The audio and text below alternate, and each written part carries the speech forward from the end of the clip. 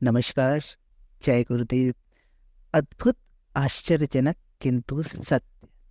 जी हाँ, ये किताब ऐसे अनुभवों का सार है, ऐसे अनुभवों का संकलन है जहाँ परिजनों ने गुरुदेव के आशीर्वाद से, कृपा से अपने जीवन में चमत्कार पाया, अपने जीवन में परिवर्तन पाया, अपने जीवन में कुछ ऐसा पा लिया जिनकी उन्हें उम्मीद नहीं थी। हालांकि गुरुदेव जब तक भौतिक शरीर में रहे तब तक अपने हर शिष्य, हर परिजन को ये कहते थे कि बेटा, मैंने तेरा काम तो कर दिया, पर ये किसी को बताना मत। अगर तुम सबको ये बताते रहोगे तो सब मुझे एक सिद्ध संत समझ लेंगे, चमत्कारी बाबा समझ लेंगे, और फिर मेरा काम करना मुश्किल होगा, यहां से वहां तक लाइन लग जाएगी। मुझे आदेश मिला है एक लोक सेवी का जीवन जीने के लिए, लोगों को अध्यात्म का सही मतलब समझाने के लिए। अतः मेरी चमत्कारों को तुम कम से कम मेरे जीते जी, कम से कम मेरे भौतिक शरीर में रहते हुए मत बताना। तो हालांकि गुरुदेव के जब भौतिक शरीर में वो थे तो भी कुछ साधक, परिजन, शिष्य अपनी घटनाओं का उल्लेख कर देते थे, किंतु फिर भी गुरुदेव इन सबको मना करते थे। गुरुदेव का भौतिक शरीर छूट जाने के बाद एक किताब प्रकाशित हुई, अद्भुत, आश्चर्यजनक किंतु सत्य। उसमें उन परिजनों की, उन शिष्यों की भाव विभोर कर देने वाली कहानियां हैं, जिसमें उन्होंने गुरुदेव के चमत्कार को साक्षात अनुभव किया।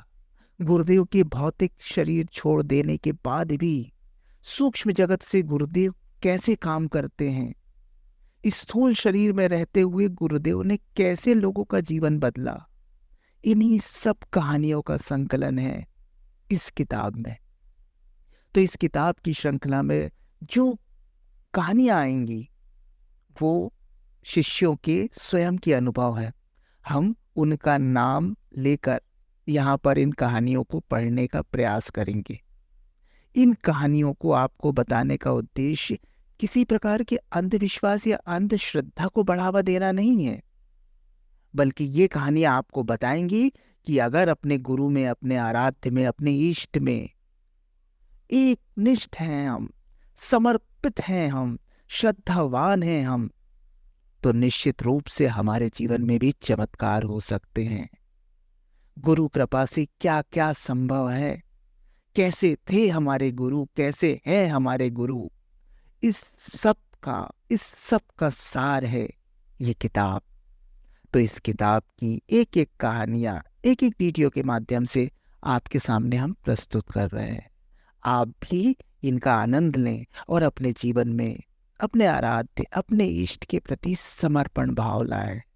समर्पण से चमत्कार घटित हो सकते हैं। तो शुरू करते हैं।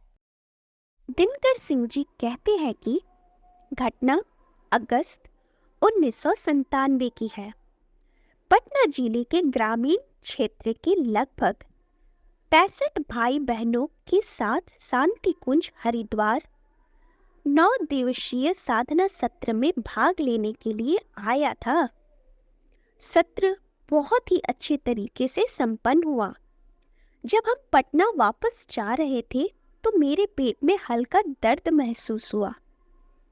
प्रातः घर पहुंचा। उसी दिन शाम को असहनीय दर्द होने लगा, जिसके कारण मैं बेहोश हो गया था। घर के लोग परेशान हो गए। पिताजी ने तुरंत डॉक्टर को बुलवाया, लेकिन तब तक मुझे होश आ गया था।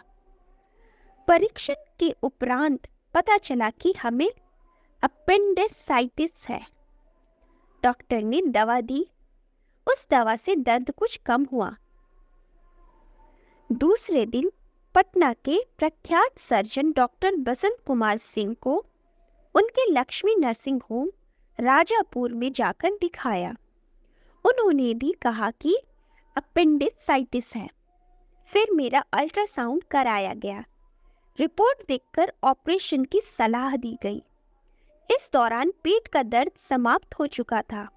केवल पेट में भारीपन अनुभव हो रहा था।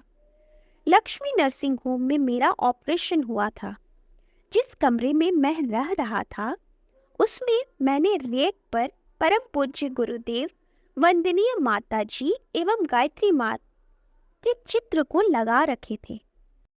मैं ऑपरेशन थिएटर में जाते समय गुरुजी एवं माता जी से अपने स्वास्थ्य के लिए प्रार्थना करके गया था। ऑपरेशन के उपरांत होश आने पर डॉक्टर साहब मुझसे मिलने आए। कमरे में प्रवेश करते ही उन्होंने कहा कि आप बड़े भाग्यशाली हैं। आपका अपेंडिक्स 2 दिन पहले फट गया था, लेकिन एक झिल्ली उसके जहरीले मवाद को आपके पेट में फैलने से रोकी हुई थी। इस कारण आप बच गए।